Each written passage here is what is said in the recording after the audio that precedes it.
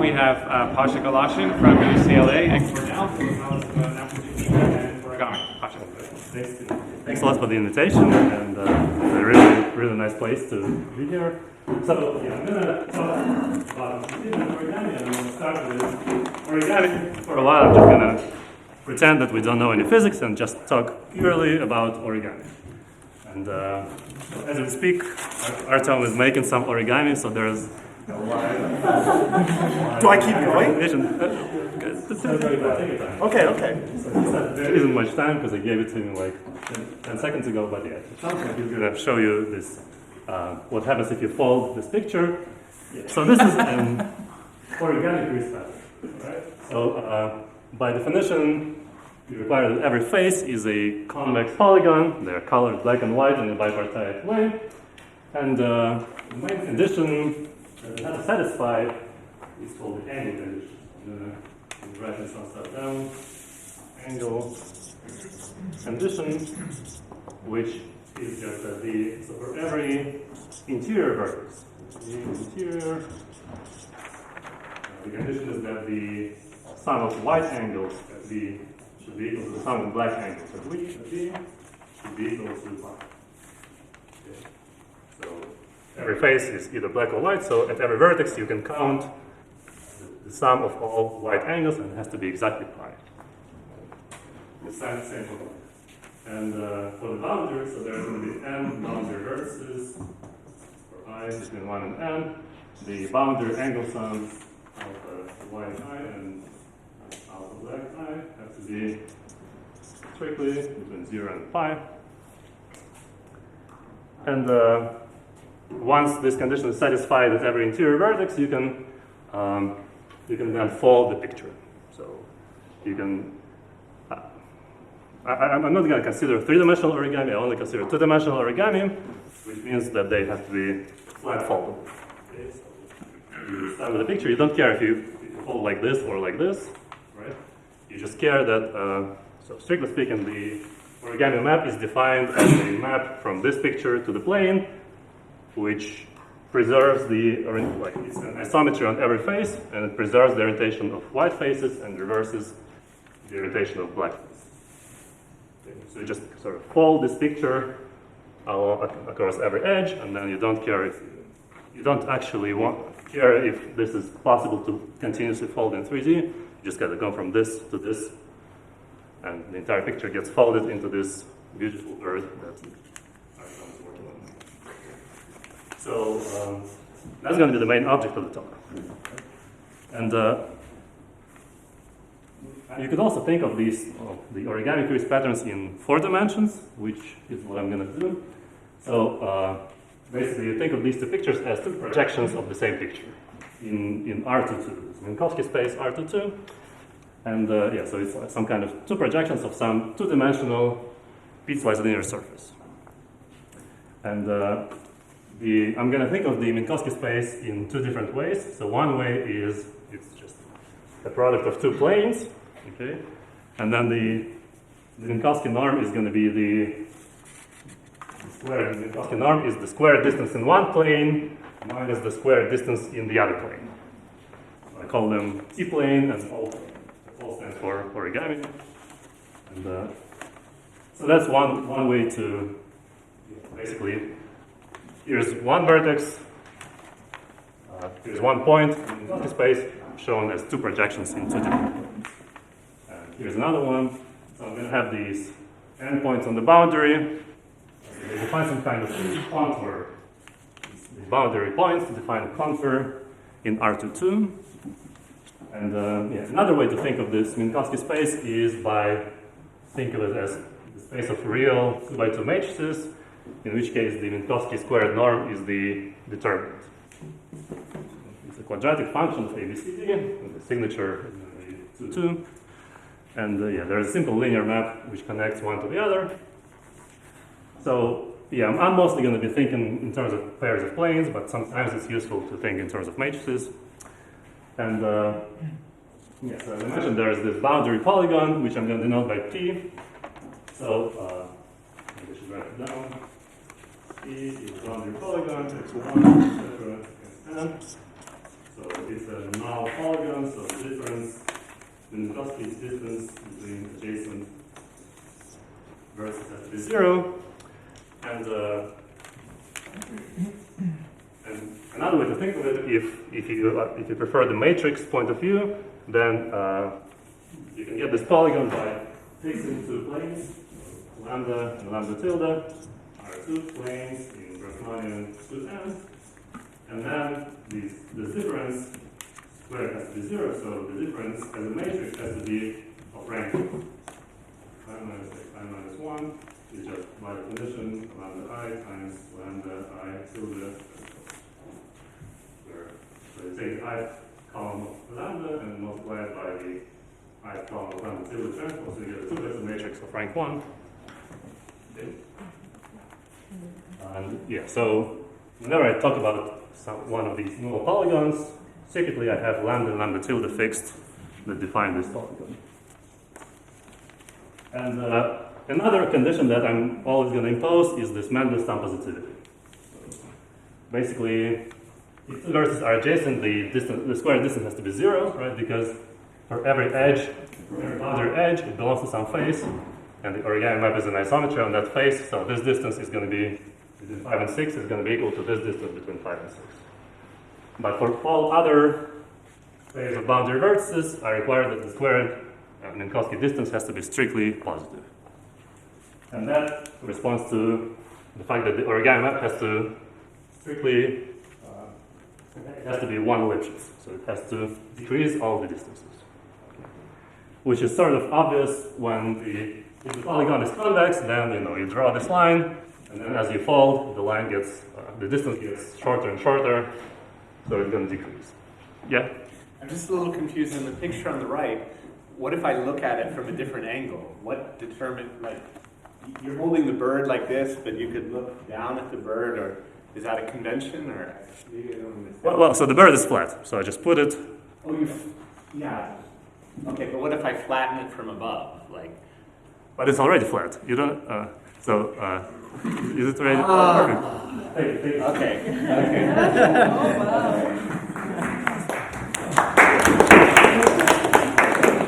I got it. It's already flat. I see. Perfect. Let me. Very helpful. Thank you. No problem. Just in time. All right. So there are just two pictures in two different planes, and the distances from going from left to right have to be strictly decreased. That's the setup. And now Sorry, I think I missed this, but is this picture unique on the right? up to shift and rotation, this picture is unique, right? So if you just fold it along every, because of the angle condition here, it allows you to consistently fold around every vertex. And so that you don't run into contradiction. But yeah, this picture is basically, this isometry is unique, up to some trivial transformations. Okay, and why did that blue line, like why can't it increase in distance? Well, every time so imagine you literally draw this line with a marker on the piece of paper. And then you start folding. So as you keep folding, instead of being a straight line, it becomes some kind of a line. If you draw the line, the drawing is going to go like this. Okay. Other questions? All right. So let me now define the main object of this talk, which is called an L-punctured polygon. L-punctured polygon, which by definition is the set of pairs, a polygon plus L extra points. It's the set of pairs P, comma, Y, where P is a null polygon as above, and Y is a collection of what I call functions, Y1, etc., YL. So they live in the Minkowski space R2, L. And then, what are the conditions that they have to satisfy? So one condition is Mendel's sum positivity, right? So I have a bunch of boundary points in the T plane and in the O plane. And so the origami map has to preserve the length of every edge. So like this distance has to be equal to this distance. but then all the other pairwise distances have to be strictly decreased. Okay, so I have to write it down. Xi minus xj squared bigger than 0, xi minus y rho squared bigger than 0, y rho minus y gamma squared bigger than 0. That's Mandelstam positivity. And then there is another condition which, so this one is basically known in the physics literature, but the other condition is, I think, new, I haven't seen it before, is that in the T projection, every puncture has to be inside the polygon. Okay? So y rho in the T projection has to be inside the T projection of the boundary polygon. That's the space of L punctured polygons. And there's no condition on the y's being inside or outside in the O plane, just that the distances are decreasing. And given such an object, so there is a natural problem that you can consider, which is, so given this picture and this picture, can you draw an origami that takes this picture to this picture? Right? So can you draw an origami that sort of is inside this polygon, such that origami crisp pattern, such that after you fold it, the boundary goes to the boundary, y1t goes to y1o, and y2t goes to y2o. So are you assuming PT is a convex polygon? No, PT is not necessarily convex, but inside? it follows from these conditions that is going to be not self-intersecting. Okay. So it's kind of, it takes some work, but you can prove that it's going to be not self-intersecting, so there is a notion of inside. How do you define this T projection exactly? If I have a point in R2, 2, how do I... Yeah, so R2, 2, I think of it as a pair of planes. So by definition, there is a T, it's two pictures in two different planes. That's a picture in R2, 2. Other questions? You said that the y's in the origami space are not necessarily inside the polygon? Yeah, and like this one is sort of outside. You should go under some map from the left to the right.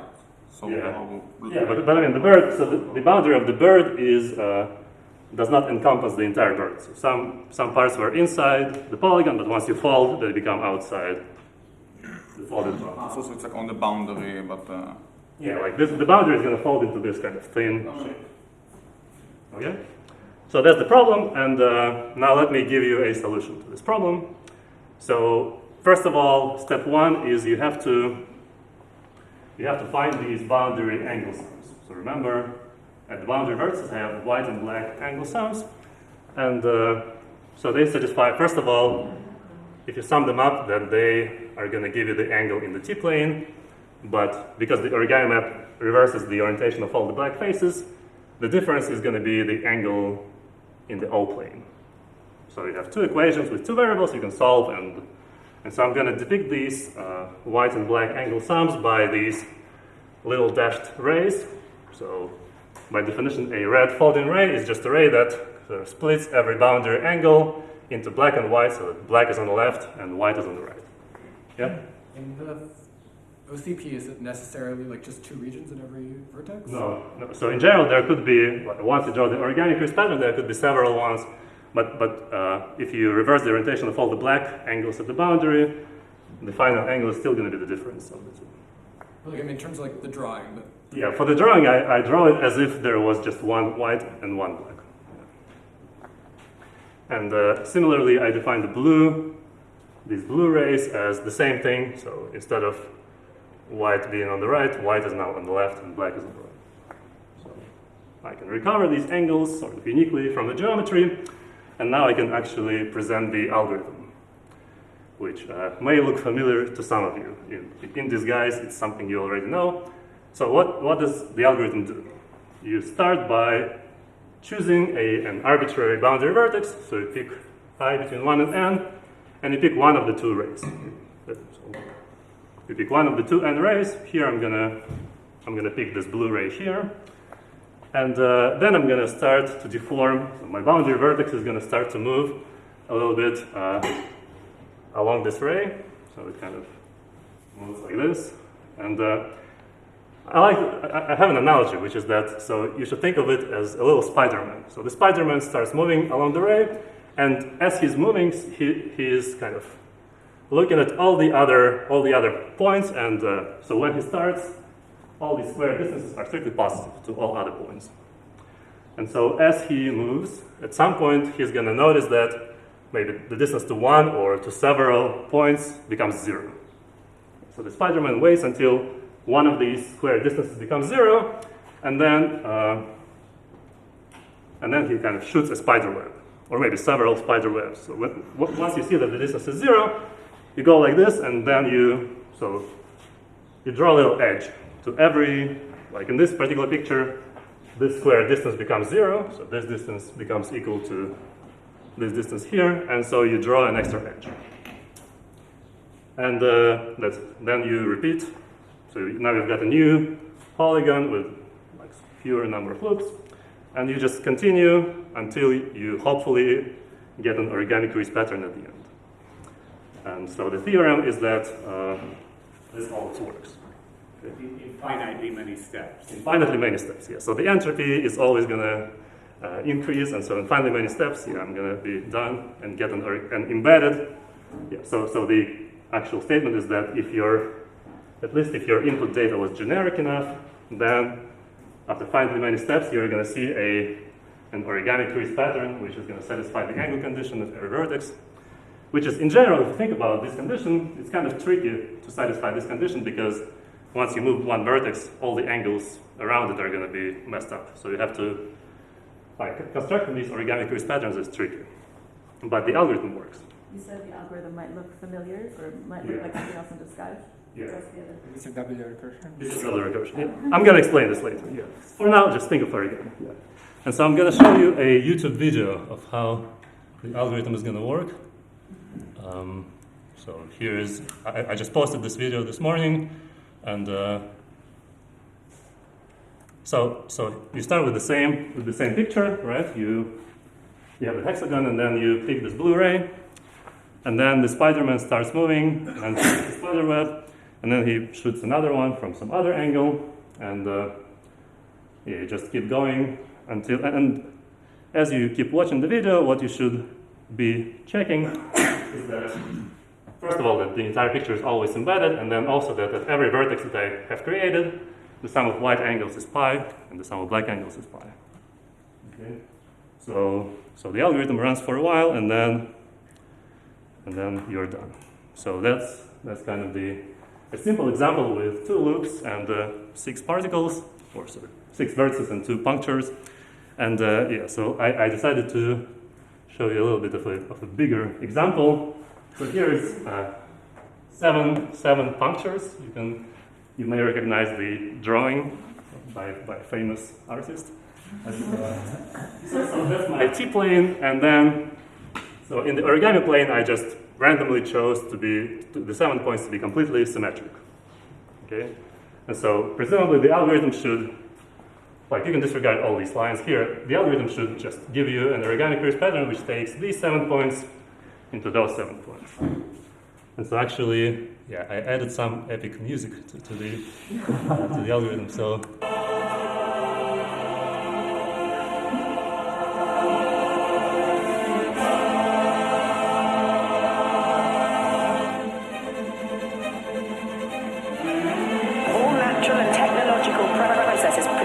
Such a way the availability of the remaining energy decreases. In all energy exchanges, if no energy enters or leaves an isolated system, the entropy of that system increases. Energy continuously flows from being concentrated to becoming dispersed, spread out, and wasted, and useless. New energy cannot be created, and high-grade energy is... Anyway, so the last part was not exactly necessary. What I tried to do is, I asked AI to, like, this last part is, it was trying to actually fold this picture, like, so you have this polygon here, and I just asked it to fold this picture into this picture with, like, some extra explosions. And so it did, like, a pretty good, you can see that it's trying to actually fold it, and then at the end you do get the symmetric shape. It kind of ripped it apart a little bit. So yeah, you can watch this video on YouTube. I watched it many times. Yeah, so that's the theorem. The video gives you, so hopefully it convinces you that the example was random enough. And yeah, that's it for origami. So any questions on the origami part of the story? The genericity condition is about what is the generic? Generic means that, yeah, at every point you shoot exactly one spider web. You can never, as you keep growing, it never happens that two distances become the same, zero at the same time. Yeah. Okay. And that's easy to show for the original. Like that, the genericity is sort of hard to deal with because like clearly the original picture is generic enough for that to happen. But after a while, like once you construct your weird partial origami, it's hard to prove that the result is still generic enough so that you never shoot two spider webs at the same time. Not that it matters for the math, but an honest origami probably isn't generic most of the time. Or Honest origami is always, well, I mean, a piece of paper is maybe not generic enough because it has right angles and, but if you picture these points to be completely generic points subject to this null condition on the edges, yeah, it should always, and it is always, that's kind of, yeah. So can you say once more how, in this algorithm, how do we choose which side is blue and arbitrary. white and black? So, which side is blue? So, blue and red I and mean, white. here I chose that white is going to be on the left and black is going to be on the right. I could have chosen the opposite convention. Okay. So at every step, I pick one of the vertices and one of the two conventions.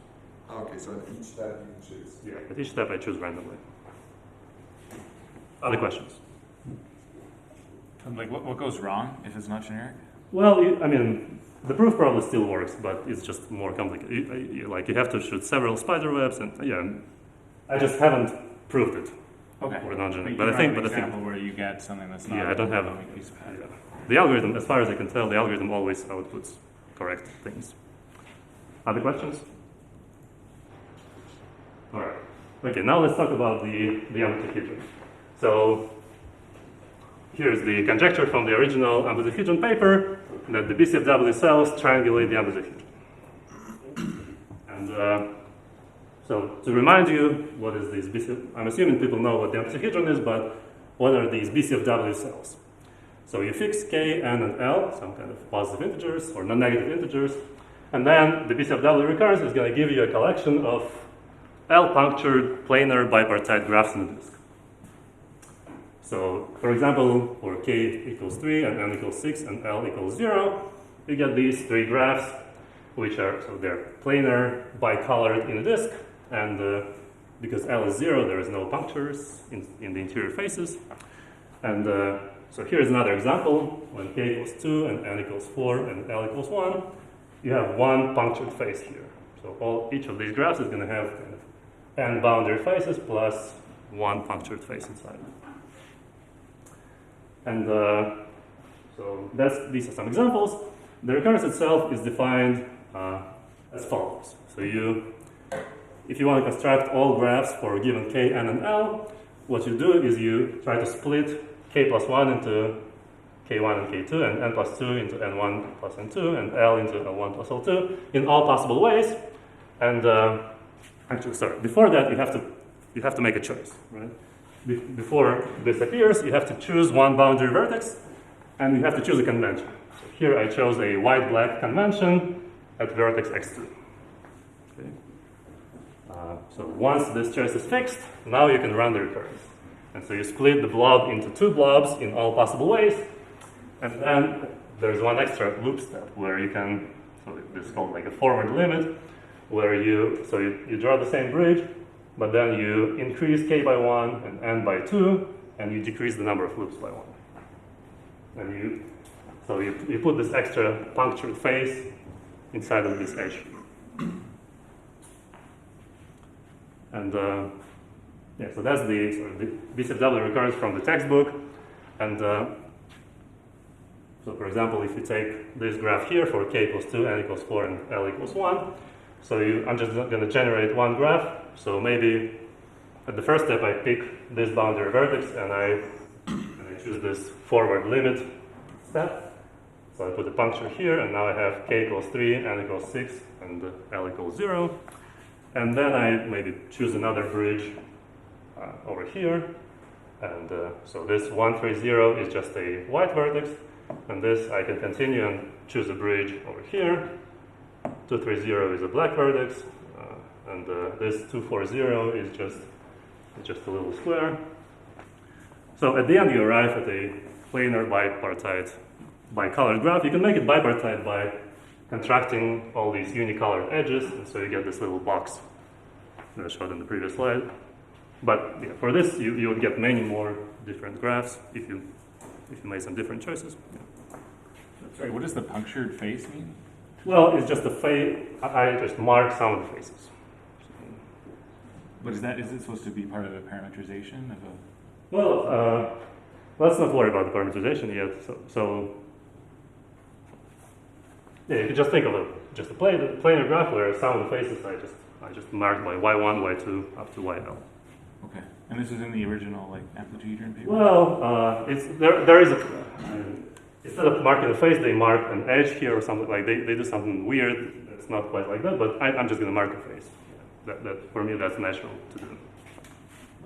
Sorry, but are all these graphs labeling some positron cells or not?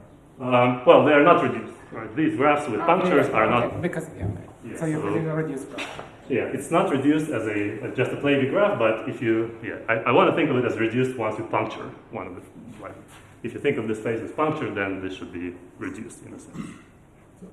Because you cannot perform any. If you puncture, you prevent some moves to happen. Yeah, you don't allow square moves at the puncture. I haven't proven it yet, but if you don't allow the moves at the punctures, then you shouldn't be able to reduce the graph by just applying square moves at the other faces. So after the first step, you've got this A6,30, which we know that have three terms in the BCFW recursion relation. What happened with the two? The other two. Well, I mean, there's going to be other terms which I just didn't draw, but actually they're going to evaluate to zero. There is. How can you see it from? You can see it from the. I have like a combinatorial criterion for when a picture like this gives you zero contribution to the amplitude, but it's some combinatorial criterion, but it's not very easy to tell. Other questions? Okay, so we've got this graph, and then now, why did I say that the origami algorithm was familiar to some of you? Is because so let's say you take the planar dual of every picture in this recurrence. I just take a planar dual, so I'm going to have a polygon where these x's are going to become my boundary vertices. And then, because I have L loops, I'm going to put kind of a soup of L punctures inside the polygon. And so now if I apply, so you should imagine of this as some kind of geometric picture in R22. And so as I apply my crystallization algorithm, right, it's going to have to pick some boundary vertex, and then it's going to have to pick a convention between white and black, and then the Spider-Man is going to shoot a spider web, which is either going to be to some of the boundary vertices, or it's going to be to some of the punctures, to one of the punctures. Okay? And so if you look at these pictures closely, you can see that they are literally planar duals of each other. I don't know if you can actually see. Like this big area here corresponds to this blob here, and this edge from the blob to itself is dual to this edge. This white and black is the bridge. Yeah. A priori, it seems like you've added extra information, though, because there it's geometric and here it's just an abstract graph. Right, yes. So here I take an abstract graph and I produce all possibilities. And each choice produces, okay, yeah. Yeah, and each choice, yeah. Here I take a geometric picture and I produce exactly one possibility. But a priori, the possibilities are exactly the same as here. Correct. So yeah, with that kind of correspondence in mind, let me talk about this conjecture a little bit more. So first of all, let me explain this is actually several conjectures. So first of all, as I said, so every time you apply this BCFW step, you make a choice. Right? Either you pick one of the boundary vertices and you pick one convention, white-black or black-white. So there is actually two conjectures. Right? One is where you prove it for only one BCFW collection. Right? So you make one standard choice and you prove that this particular collection triangulates the Amplituhedron, or you can prove it more generally for all possible choices. And another comment is that, so there is the tree amplituhedron, which corresponds to like the first term in this Feynman expansion, and then there's the loop amplituhedron, which corresponds to all the other terms. So yeah, loop is more general than tree, and so instead of 2 conjectures, there's actually 4 conjectures. And moreover, there's the amplituhedron in the momentum space, right? And there's one in momentum twistor space. So there's this nonlinear change of coordinates which takes you from particle momenta living in momentum space to some kind of zi vectors, so zi's live in R4 and momenta live in R22, and so they have like different conformal symmetry groups. And yeah, so this part is related to the T-duality or the shift map, which actually is an important ingredient in the proof. So yeah, but because of this, there's actually one sort of usual amplituhedron, right, defined by Nima and Yara, which I call the momentum twistor amplituhedron, and there is also the momentum amplituhedron. And so the original usual amplituhedron was defined 10, 12 years ago, but the momentum amplituhedron, defining it was sort of a bit of a challenge. So the tree at the tree level was defined by Damgard, Ferro, Lukowski, Parisi, and for the loop momentum amplituhedron, yeah, this is an awkward part of the talk where so the people are in the audience. There's this people by the paper by Ferro and Lukowski, which is called the loop momentum amplituhedron, and yeah, they define some object and they call it the loop momentum amplituhedron, and yeah, there are some drawbacks to this definition. Like, for example, it actually goes back and forth between the momentum space and momentum twistor space. So it's not like fully inside the momentum space, I would say. But anyway, so I have an alternative definition. And I don't actually know if the definitions are the same or not, but I'm gonna present a definition which I came up with from this kind of intuition. So yeah, the upshot is that this is not 4 conjectures, but actually 8 conjectures. There's 4 in momentum twistor space and 4 in momentum space. And so some parts of it are known. Basically, the first conjecture is due to Heyman, Ran, and Zwicker.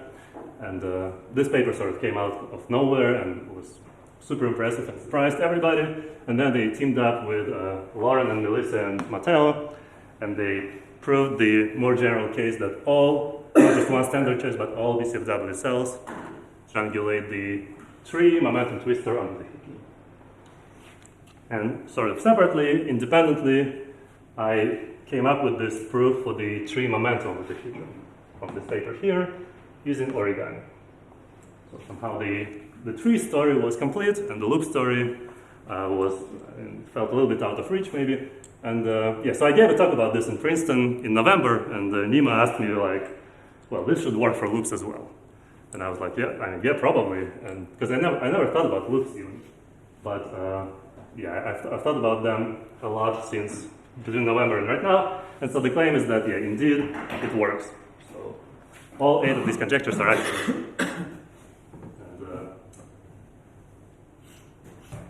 And the proof. So for the rest of the talk, I'm going to try to comment on the proof, right, and explain how exactly this works, but at the very high level, the proof sketch looks like this. So first of all, I haven't defined the loop momentum amplituhedron yet, but once I'm going to define it, it's going to be basically a linear slice of this space.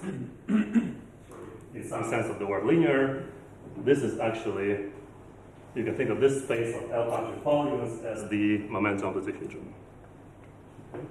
And so with that kind of formulation, this last statement that all BCFW cells triangulate the loop momentum amplituhedron, it becomes just equivalent to the theorem that the crystallization algorithm works. Okay, so the movie that I showed that proved that theorem about origami is actually secretly a proof that of the BCFW triangulation conjecture.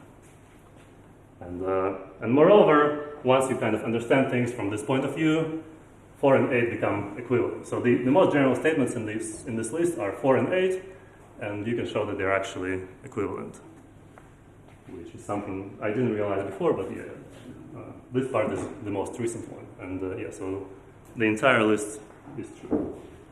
So that's the main result. Any questions so far? Is 7 not equivalent to 3? Or only 4 and 8? Or? 7 not equivalent? Yeah, probably. Yeah, I think probably the corresponding ones are equivalent. Yeah, I haven't thought about this, but I would say probably yes. Yeah. So this is m equals 4? This is m equals 4, yes. Does this tell you, like, does your approach tell you about anything about m equals 2? I haven't thought about other m's, but for m equals 2, yeah, I mean, I can define the loop momentum of the diffusion for any even m, I think, but I haven't experimented with it, or I can say anything whether, how much I can, yeah. So far I've been fully focused on m equals 4, but yeah, the object is defined for other m. What about odd m? No odd m. Other questions?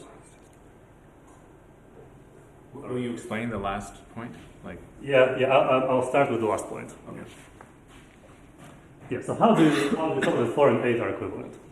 So here's the same 8 conjectures compressed into one. First of all, I'm only gonna, from now on, I'm not gonna worry about picking some particular BCFW collection, and I'm not gonna worry about the tree amplituhedron too much. So I'm only gonna consider the loop amplituhedra from now on. And so, the first goal is to relate momentum twistor to momentum amplituhedron. And so instead of thinking about the amplituhedron, I'm going to think of an object which I call the ambient amplituhedron. So the usual amplituhedron is going to be a linear slice of this, but actually you can define this canonical form, you can actually define the ambient amplituhedron. It's not going to be top-dimensional, but it's still well defined, and so I think of the ambient amplituhedron as the correct object to study the usual. And later I'm going to try to explain how is the amplituhedron also a linear projection. So most of us are used to the definition of the amplituhedron as a linear projection of a positive Grassmannian. So in some sense I want to argue that this new amplituhedron is a linear projection of some other kind of punctured positive Grassmannian in some sense. But for now, let's forget about the linear projections and just think about this kind of sign flip definition. So I'm gonna,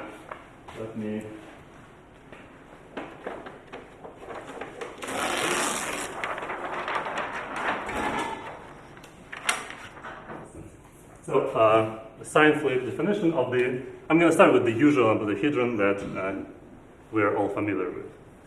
So the usual momentum twistor amplituhedron, k minus 2 and L. So that's the ambient amplituhedron is defined as B, AB1, etc., ABL. So it's a 4 by n plus 2 plus 2 plus 2. So it's an element of Grassmannian 4 from n plus 2L. And then the conditions are as follows. So first of all, there is this Mandelstam positivity, which translates into I plus 1, j plus 1 bigger than 0, and also AB rho I plus 1 bigger than 0 to exclude coordinates. And finally, AB rho AB gamma bigger than 0. So that's some kind of positivity that we've seen in the previous talks. And then there's the sign flip condition. So this is from this paper by Niemann, Yara, and Hugh. So the sign flip condition is that if you look at the sequence of these Fluker coordinates, 1, 2, 3, 4, 1, 2, 3, 5, etc., 1, 2, 3, n, then it has to have exactly, has to change sign exactly k minus 2 times. And finally, there is a similar sign flip condition for every loop. Flips. If you fix one loop, AB rho, and you do 1, 2, 1, 3, etc., AB rho 1 n, has to have exactly k sign flips. That's the familiar definition, hopefully. Okay. And so you think of these as lines in P3, and then there are some conditions on how much the sequence of lines wraps around AD, sort of condition like that. And so now here's the definition of this new definition of the ambient momentum of the diffusion. And it's going to be almost exactly the same. So maybe I should write it down again. The momentum, ambient momentum of the hedron is defined as the set of pairs P from Y in R2 and cells. Same conditions as over there. I minus Fj squared bigger than 0, xi minus y rho squared bigger than 0, y rho minus y gamma squared bigger than 0. And so there's an extra condition coming from some kind of helicity sector, which is that that lambda, so this polytope corresponds, this polygon corresponds to lambda and lambda tilde, so the flips of lambda have to be k minus 2, flips of lambda tilde have to be k, and then lastly there's a condition that y rho in the T projection is inside the T projection of this polygon. So these are the flips and the inside condition. And so that's my definition of the loop momentum of the hedron. Basically, it's the space of L-punctured polygons from before. And so the claim is that these two spaces, well, they are kind of in bijection. They have slightly different dimensions. Dimensions differ by 4, but there is a map. There is a map from this space to this space, which is using this sort of magic projector, which annihilates lambda. So there is a map from here to here, which somehow preserves the BCFW cells. So it takes BCFW pieces of this guy to some BCFW pieces, like shifted BCFW cells of this guy. So, yeah? Sorry for you. So, should I think of these as the interior of these things, or these boundary points? Yeah, these are like the interior parts. Yeah. For the purpose of triangulation, I can only worry about the interior. Sorry, how do you define the BCFW cells for the loop momentum amplitude? Yes, that's a good question. I'm going to try to define them later. Oh, okay. For now, you can trust me that there are BCFW. I mean, yeah, I'm going to define them later. But yeah. So once they're defined, these pieces are going to be sent to these pieces, and sort of it's all. Okay. Can you remind briefly how do you define for the momentum? I mean, I understood that you have these pictures from before, like the puncture, Plebby graph, whatever. Yeah. How that is give you a region there? Well, okay, so let's say you have a puncture Plebby graph.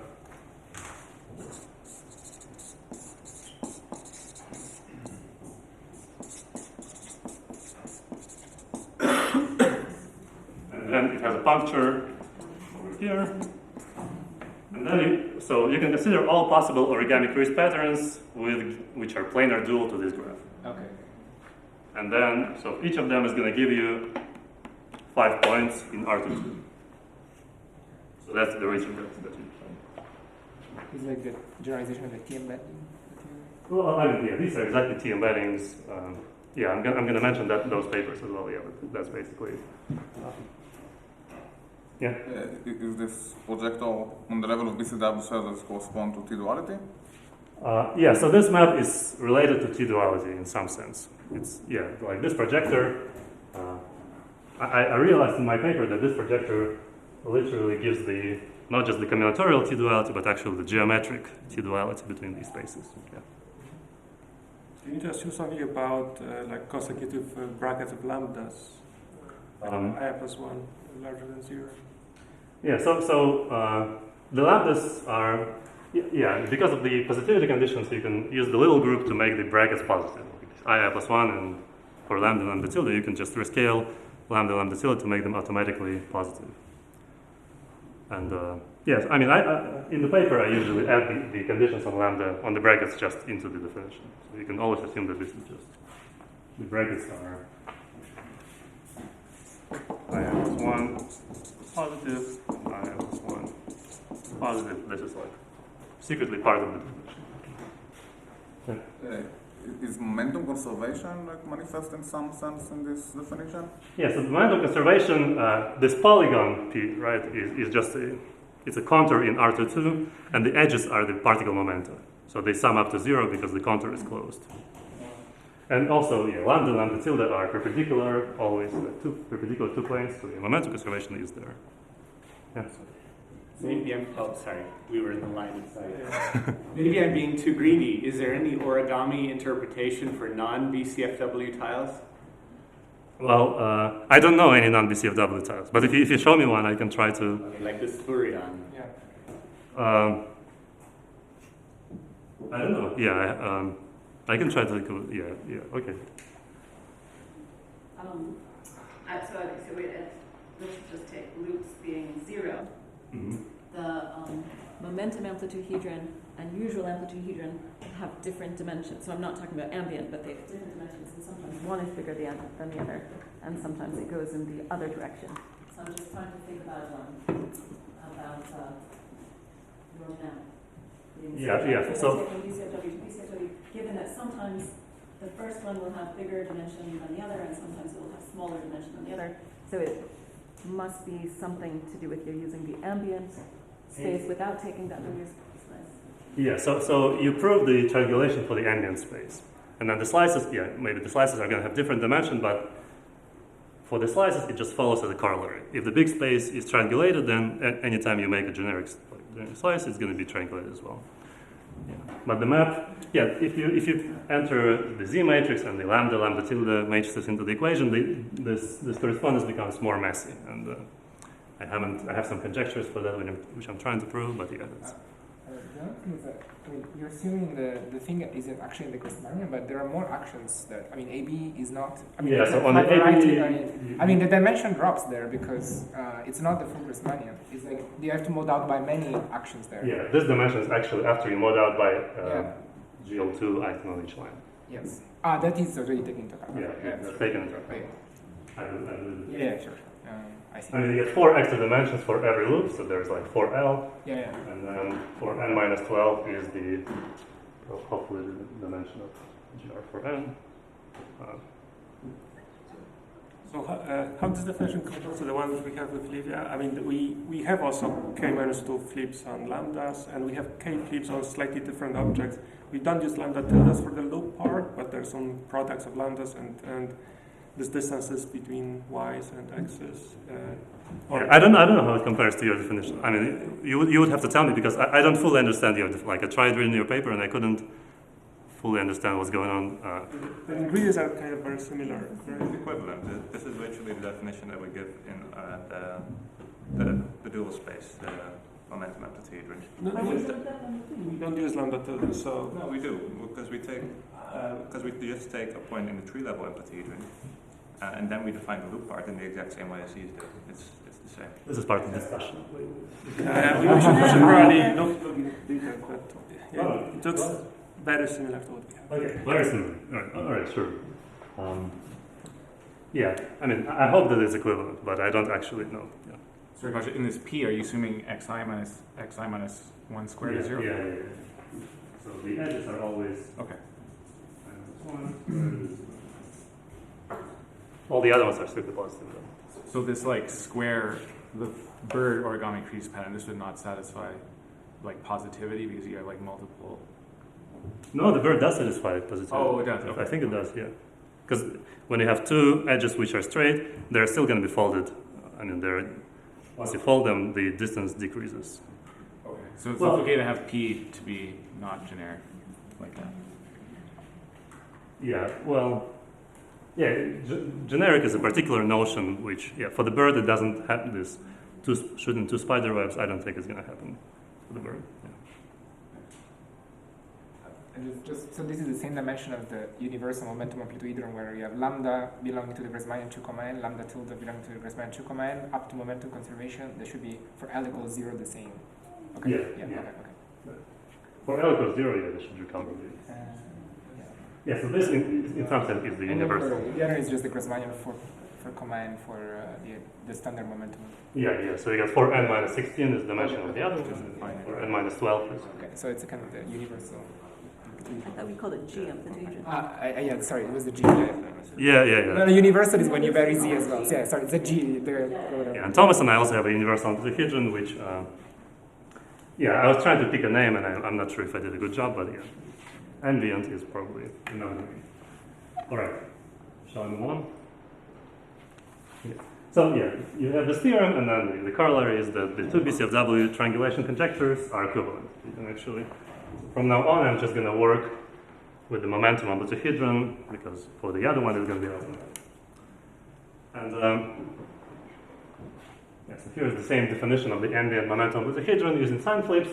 And for the rest of the talk, I want to argue that somehow it is really a linear projection of some totally positive object, which I call the L-punctured positive Grassmannian.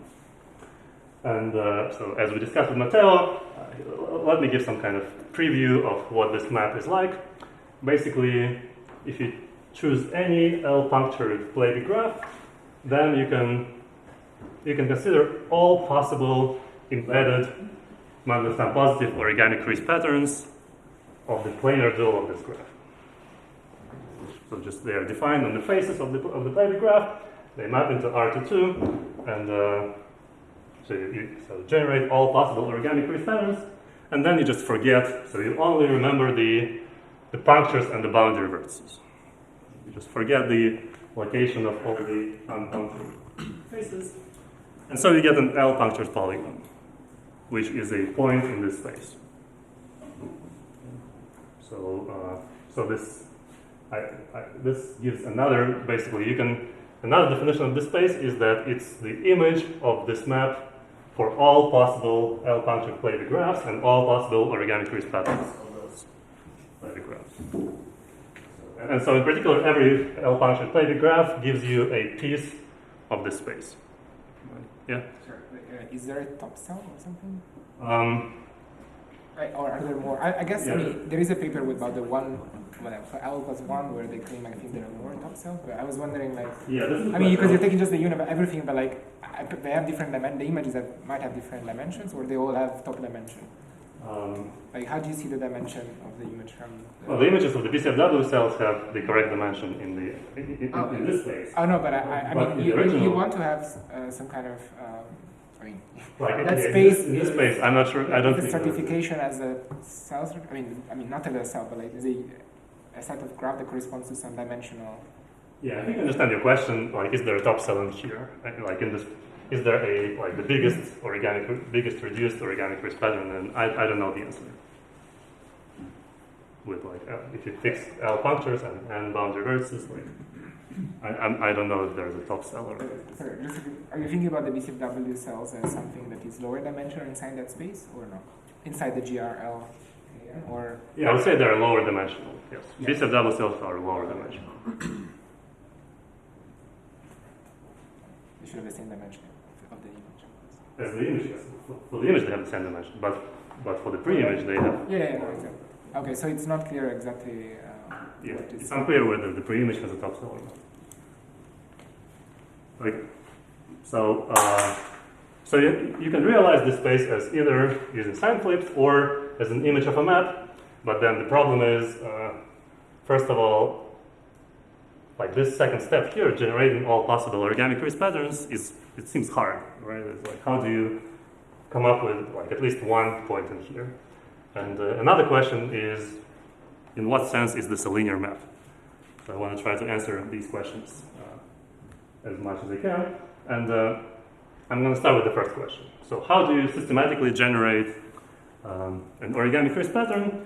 And the construction is you start not just with a graph, but with an edge-weighted Pleiadic graph. So you pick some arbitrary positive edge weights, positive real edge weights, and then, so the first step is you change the sign. So here I change the signs of these two edges. There is some condition called the Castellane sign condition. So once you do that, you can consider these, what Matteo talked about, like vector relation configurations. For him, it was 4-dimensional vectors on the vertices, on the black vertices. But for me, I'm going to look separately at the white. I call them discrete holomorphic functions. So they're defined separately on white vertices and on black vertices. So by definition, a white discrete holomorphic function is a function on the white vertices into the complex numbers, and then it has to satisfy a linear relation at every black interior vertex. So for every black interior vertex, you have a linear relation with these Castellane edge weights, And so, for example, for this black interior vertex, if you sum up these three values with the coefficients given by 1/3, 1/3, and 1, you should get 0. Okay. And similarly for the other black vertex.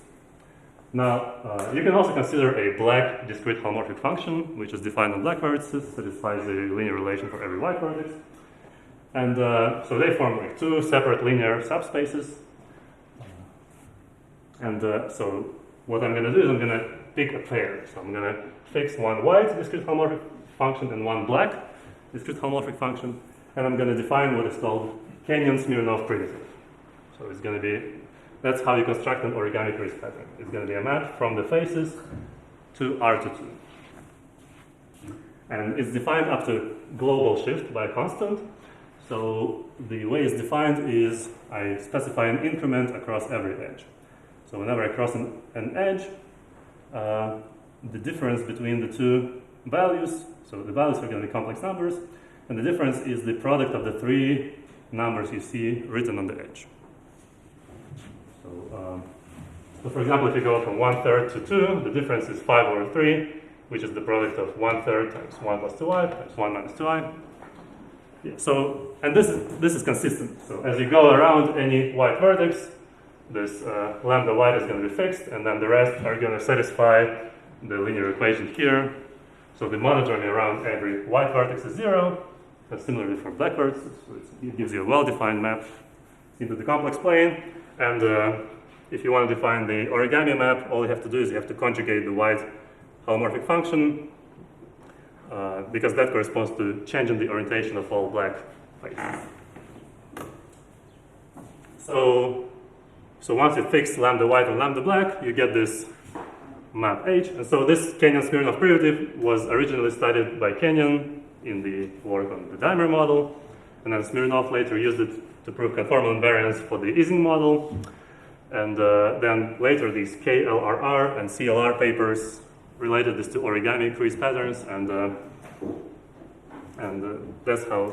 So I was coming from these papers here. I wasn't thinking about the Amplituhedron originally, but then sort of what you see in these papers, basically you got lambda white and lambda black. And so it's actually easy to show that if you pick arbitrary lambda white and arbitrary lambda black satisfying these relations, then the angle condition is going to be satisfied, is going to be almost satisfied.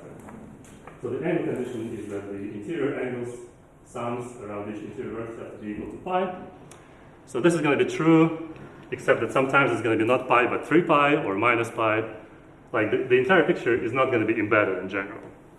Right? So you might wrap around a single interior vertex many times, or the triangles are going to intersect a lot. And so these people sort of conjectured that for any Pleiadic graph with positive edge weights, you can actually pick lambda white and lambda black in such a way that the result is embedded. So there is an actual origami crease pattern where the angle condition is actually satisfied. And so the question is, how do you carefully choose lambda white and lambda black? And so the starting point for me was I found some kind of necessary and sufficient conditions on lambda white and lambda black, and they come from physics. So let me briefly tell you those conditions. Basically, let's say I look at this. So the conditions are only going to involve the boundary edges. So there could be 1,000 vertices inside, but there is like n boundary edges. And so I only look at the values of lambda white and lambda black at the boundary edges. So each boundary edge contains exactly one white vertex. So just write down the white holomorphic function on the white vertices. -1, 1 plus 2i. I changed every second sign. So -1 becomes 1, 1 plus 2i becomes 1 plus 2i, minus I becomes minus I, or becomes I, minus 1 plus I becomes minus 1 plus I. So I just write down n complex numbers, and similarly for lambda tilde, then by taking real and imaginary part, I put them in a 2 by n matrix, so I get a pair of two planes. My lambda tilde now become elements of Grassmannian 2, n, just as we have here. And so here are the pictures of the columns in the plane. So I can look at these angle brackets for lambda and square brackets for lambda tilde, and I can also look at the sign flips. So the sign flips are the number of sign flips of 1, 2, 1, 3, up to 1n. So here 1, 2, 1, 3, and 1, 4 brackets are all positive, so lambda has 0 sign flips, and 1, 2 is positive, 1, 3 is negative, and 1, 4 is positive for lambda tilde. So lambda tilde has 2 sign flips. And I claim that this is enough. So once you did this computation, you can guarantee that the origami crease pattern is going to be embedded. So that's a theorem. Basically, embedded origami crease patterns are in bijection with basically points of this positive kinematic space. By definition, positive kinematic space is the space of all pairs of perpendicular two planes such that these angle brackets are positive and such that the flips are correct. So more precisely, origami crease patterns are in bijection with triangles. So lambda inside of C inside lambda tilde perp, where C is an element of the positive Grassmannian, and lambda tilde belongs to this positive kinematic space. Okay. And so that's how you systematically generate these origami crease patterns. And so this theorem is actually the only result that's really hard to prove out of the entire talk. Like, this is the main kind of core of the proof. And this is already on the archive, by the way. So once you have that, then I can actually try to explain. So, the fact they're perpendicular, doesn't that imply like some of these are redundant? Or not? You mean the flips? One of the. Okay. For this. Okay, in this example, but not in general. Okay. Never mind. Okay. All right. So yeah, how do you think of this loop momentum distribution as a linear image of some object? And that's what I was mostly working on for the last 6 months. Basically, previously I had complex numbers on black vertices and complex numbers on white vertices. Now I'm going to upgrade this to vectors. So on every white vertex I'm going to put a vector in r to the k, and on every black vertex I'm going to put a vector in r to the n minus k. So these are like two different vector relation configurations as in Matteo's talk. So here are the vectors. In this example, k is equal to 2 and n minus k is equal to 2. So you put two-dimensional vectors on every white vertex, and they have to satisfy the same linear condition as you can check around every vertex. And on the black vertex, I'm going to put these row vectors of size n minus k. And so every way to play the graph gives me these vector configurations are basically unique up to like global GLK action. And so now I can define the Canyon Smirnov primitive as the map from the faces to the k by n minus k matrices. It's defined by the same condition. Whenever you cross an edge, you take the edge weight times the column vector at the white vertex times the row vector at the black vertex. So here are the matrices. Because as you cross an edge, this difference is going to be this column vector here times the row vector here times minus 1/3. Okay. And so again, this is defined after global shift. So here I chose one vertex arbitrarily to be the zero matrix and computed everything else. And again, this is well defined. So the monojoin around every vertex is 0. And so you get the map into k by n minus k matrices. Except that, so there is the GLK action on the rows and GLN minus k action on the columns of the matrices. And so there is actually a very nice way to think of the image of this map as not in k by n minus k matrices, but as points in the tangent space of the Grassmannian. So I'm not used to thinking about this space, but so maybe I should kind of explain.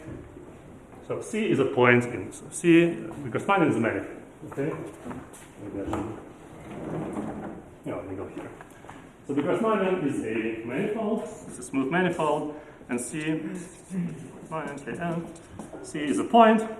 And so if you think, and C is also simultaneously a k-plane. So if you think of deforming a k-plane, what you have to do is you have to specify the derivative of every vector. Like you can pick a basis, and you can specify the derivative of every basis vector.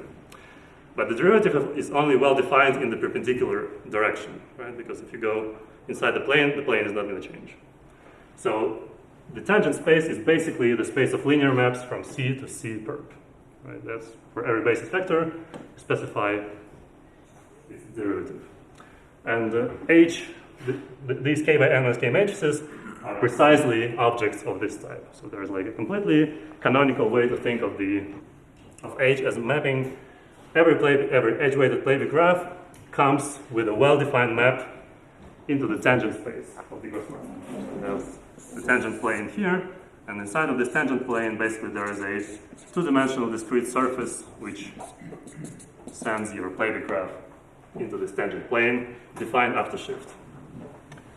And so, and this is well-defined up to gauge equivalence and everything. It's a completely well-defined object.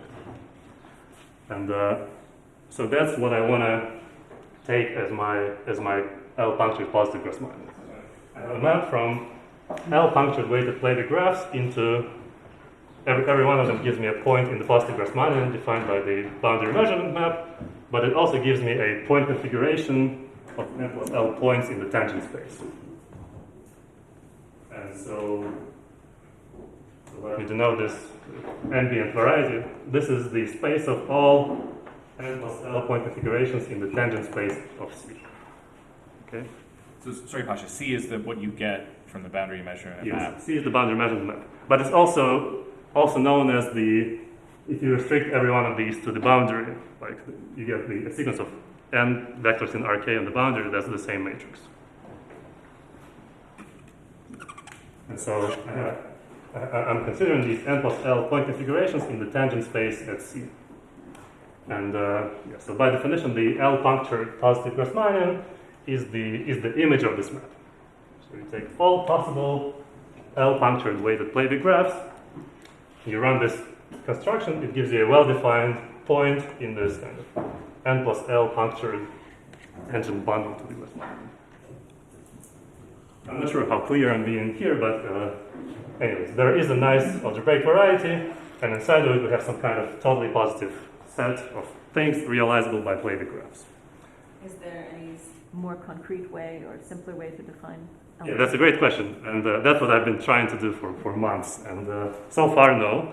So, yeah, let me summarize. So first of all, you can define this loop momentum amplituhedron as I defined it previously as a linear slice, but you can also define it now as a linear projection of this L-punctured positive Grassmannian. So that's good. Right? That's a good news. But the bad news is, so the summary is as follows. Basically, if you compare the tree level momentum amplituhedron to the loop level momentum amplituhedron, what you're going to see is that so each of them is an image of the positive Grassmannian or the L-punctured positive Grassmannian under the same linear map, basically. And the positive Grassmannian is the image of this space of all weighted Playback graphs under the boundary measurement map. So similarly here you have all L-punctured Playback graphs under this Kenyan-Smirnov primitive map, so for L equals 0, this map specializes to this map. But yeah, the bad news is that the positive Grassmannian you can define by it's a subset of the Grassmannian defined by non-negative Fluker coordinates. Here, this L-punctured positive Grassmannian is the subset of this kind of tangent bundle, and then so the point C has to have non-negative Fluker coordinates. But then, what are the functions that cut out this subset inside of this variety? And that's I've been trying to do this, and I leave it as an open problem. Basically, the functions that they actually need to prove Mandelstam positivity are these double dimer observables on your Playback graph. So if you know that your point is an image of an L-punctured Playback graph, you know the double dimer observables are positive, so you conclude that Mandelstam variables are positive. But then, I don't have a full description of the space.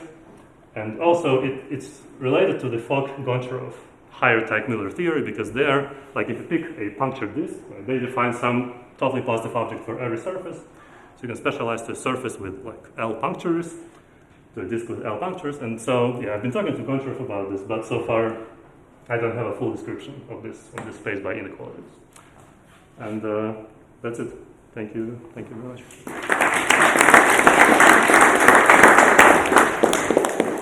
Thank you, Pasha. So we had many questions during the talk, but are there more questions?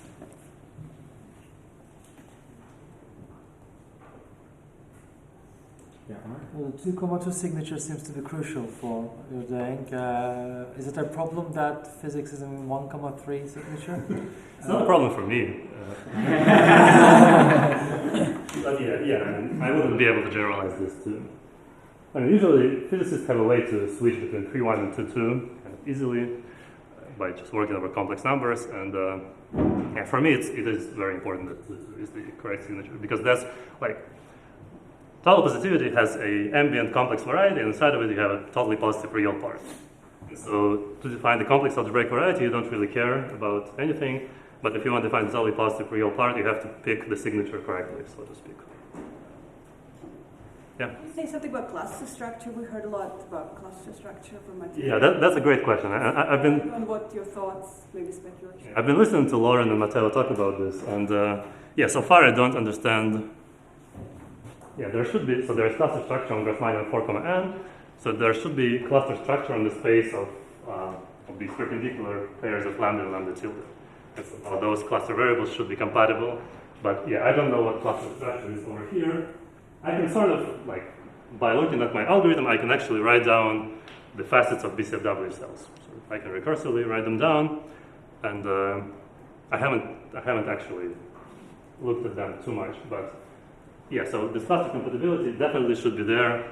Like now we have a map between the two Amplituhedra, so we can sort of transfer the functions back and forth, and maybe that's going to give a nice cluster structure in the space. But yeah, I haven't worked out any examples in this direction so far. Yeah.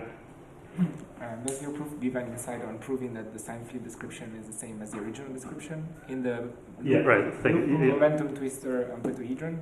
Yes. Yeah. So there was a conjecture in this paper by Niemann, Yara, and Hugh, which is that the sign flip definition is the same. Well, for the loop momentum twister, I would probably have to be careful and think more about this. But for the basically, I think it should follow, because if you prove the BCFW, if you prove that every one of these points comes from some BCFW cell, some BCFW graph, then you automatically get that this space is the same as the image of the positive Grassmannian. At least without the loops, I'm sure this is true. With loops, I have to be a little careful, because I haven't thought too much about this. But yeah, I think this is true.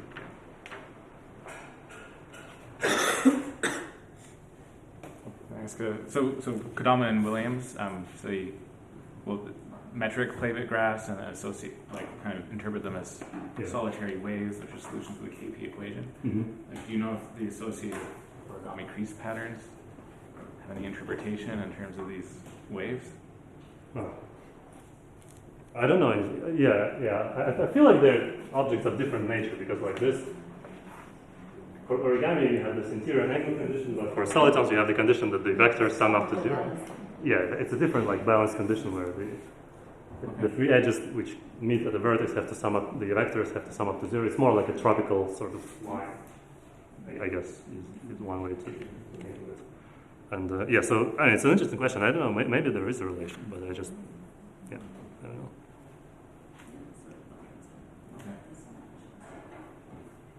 Other questions? All right, let's thank Pasha again.